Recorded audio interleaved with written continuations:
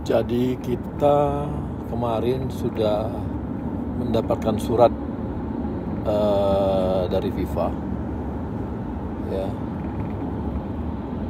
dengan referensi FDD 23338 tentang pasal 15 diskriminasi. Jadilah keputusan dari FIFA yang menyatakan bahwa PSSI harus bertanggung jawab terhadap perilaku diskriminatif supporter pada saat pertandingan Indonesia lawan Bahrain yang dimainkan tanggal 25 Maret 2025 yang lalu.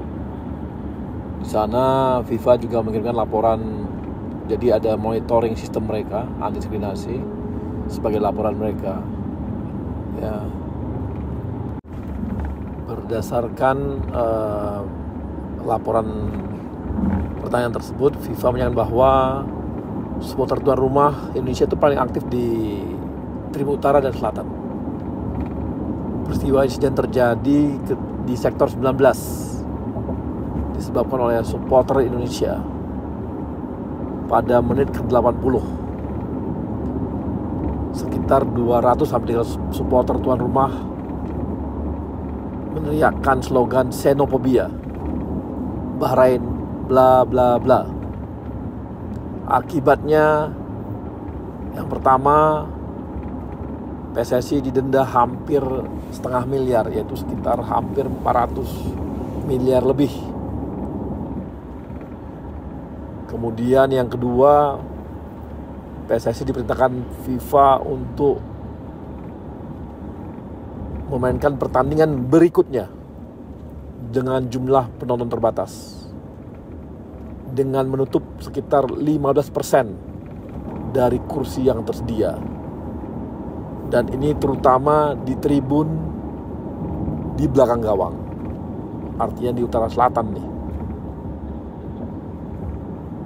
Dan kita harus memberikan plan kepada FIFA rencana tempat duduk 10 hari sebelum pertandingan. Tapi FIFA juga memberikan ruang untuk alternatif, boleh saja 15% itu diberikan tapi kepada komunitas anti diskriminasi atau komunitas khusus seperti keluarga, mungkin pelajar atau perempuan gitu. Respons mengejutkan warga Cina usai FIFA resmi jatuhkan sanksi buat PSSI, sebut timnas Indonesia akan mengintip masa depan pemain naturalisasi Indonesia. 3 pemain ini akan menjadi kunci masa depan timnas. Inilah rangkuman berita terbaru timnas Indonesia hari ini, dari kemenangan dramatis hingga kabar terbaru soal pemain bintang.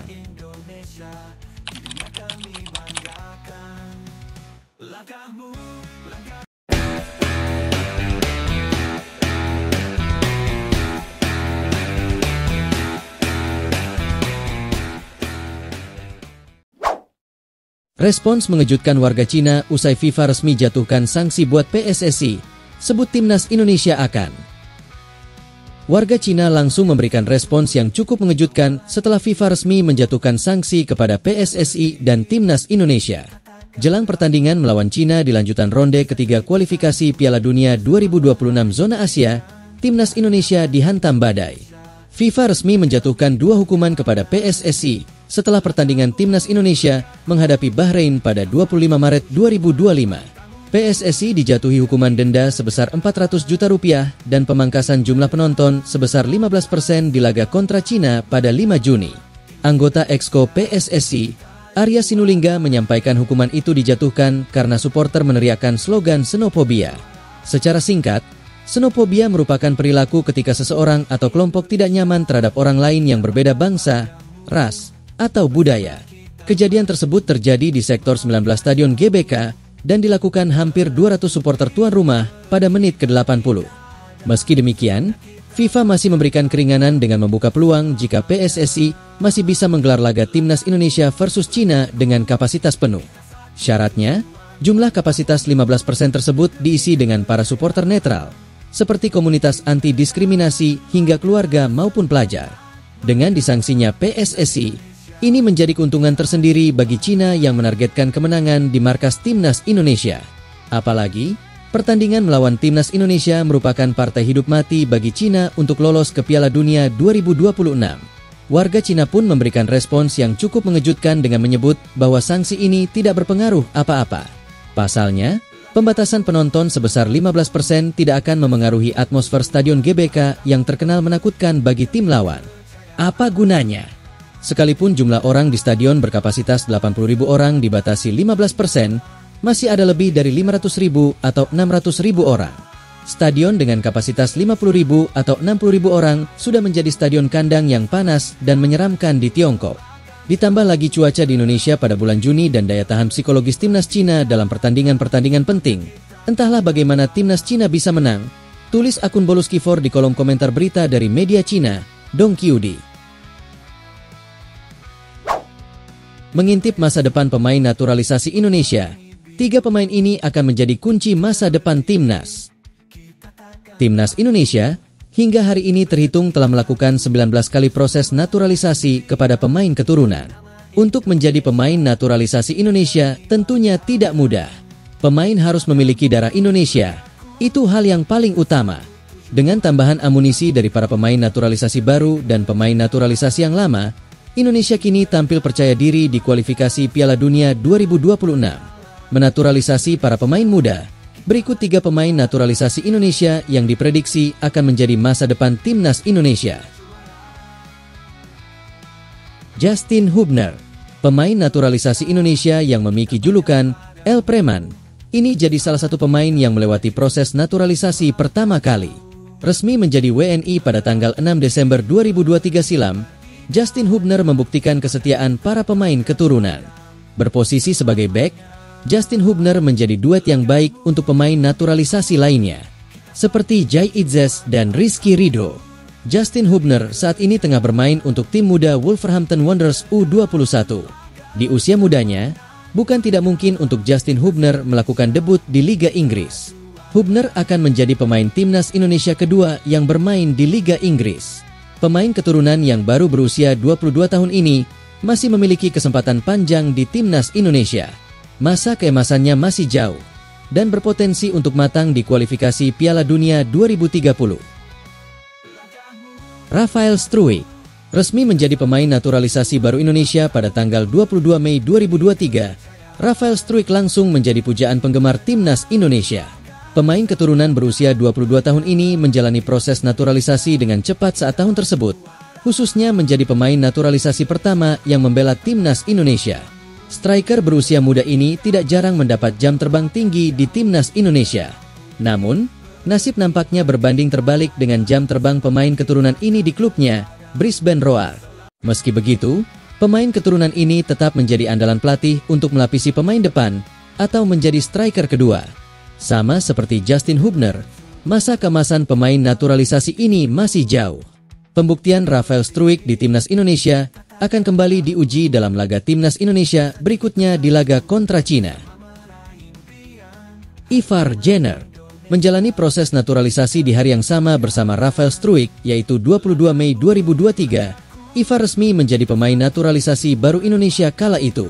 Gelandang yang biasa menjalani duet dengan Tom Haye ini selalu mendapat menit bermain di tiap pertandingan. Untuk pemain berusia 20 tahun, Ivar Jenner telah membuktikan diri bisa bersaing di timnas Indonesia. Menjadi salah satu pemain naturalisasi Indonesia pertama yang menjalani proses naturalisasi pemain keturunan, 3 pemain ini akan menjadi pilar utama timnas Indonesia. Usia muda dan hadirnya pemain naturalisasi baru tidak menghentikan mereka untuk selalu berkembang di setiap laga. Nantikan aksi Justin Hubner, Ivar Jenner, dan Rafael Struijk di laga Indonesia kontra Cina pada tanggal 5 Juni 2025. Jadwal Emil Audero Mulyadi di Seri B jelang debut di Timnas Indonesia Juni. Emil Audero Mulyadi berpotensi debut bersama Timnas Indonesia pada Juni mendatang. Emil Audero berpeluang tampil dalam lanjutan kualifikasi Piala Dunia 2026 putaran ketiga zona Asia. Sebab, Martin Paes yang sudah rutin bermain di bawah mistar gawang Timnas Indonesia sejak laga pertama putaran ketiga absen akibat akumulasi kartu kuning. Maka, Emil Audero berpeluang debut membela timnas Indonesia saat laga Indonesia versus Cina di Jakarta pada 5 Juni 2025 mendatang. Namun, sebelum Emil debut di timnas Indonesia, ia harus menuntaskan musim kompetisi bersama Palermo di Liga Italia Serie B. Emil yang menjadi kiper utama Palermo sejak dipinjam dari klub Serie A, Como, sudah berhasil mengantarkan Le Aquile julukan Palermo ke playoff promosi Serie A. Saat ini, Palermo berada di peringkat ke-7 dengan 51 poin dari 37 pertandingan. Mereka tidak akan keluar dari zona playoff karena Bari, tim terakhir yang punya peluang masuk 8 besar maksimal, meraih 50 poin. Maka, pertandingan terakhir Palermo versus Carrarese pada Rabu 14 Mei mendatang tidak akan memengaruhi Emil dan kawan-kawan untuk berlaga di playoff. Apapun hasil laga terakhir musim reguler ini juga akan tetap menempatkan Palermo di babak penyisihan pertama. Babak ini diikuti peringkat ke-5 hingga ke-8. Sedangkan, tim peringkat ketiga dan keempat akan menunggu pemenang dari babak tersebut. Berikut ini jadwal Emil Audero bersama Palermo hingga pertandingan penentuan promosi ke Serie A 2025-26. Satu tujuan pantang mundur demi kejayaan. Tim menang, laga semangat menyala. Timnas Indonesia, kita juara. Kita juara. Merujuk musim lalu, Kapten Timnas Indonesia, Jai Idzas pernah bermain di playoff dan pertandingannya berlangsung malam waktu setempat alias dini hari waktu Indonesia Barat. Maka, Emil Audero berpotensi akan mengalami hal serupa jika Palermo melaju hingga final playoff promosi Serie A. Apabila memenangkan tiket terakhir promosi ke Serie A seperti Venezia musim lalu, maka Emil baru akan berangkat 1x 24 jam setelah pertandingan. Sebab, agenda perayaan promosi lazimnya akan dilakukan setelah pertandingan. Setelahnya, sang pemain bisa terbang ke negara asalnya ketika dipanggil untuk agenda internasional seperti yang dialami Jai Idzas. Estimasinya, Emil akan tiba di tanah air pada 3 Juni alias 2x 24 jam sebelum laga Indonesia versus Cina di Stadion Gelora Bung Karno. Dengan situasi tersebut, maka menarik ditunggu apakah Emil Audero akan dipercaya Patrick Kluivert untuk debut bersama timnas Indonesia, atau justru kiper lain yang akan mengawal gawang Garuda pada laga tersebut.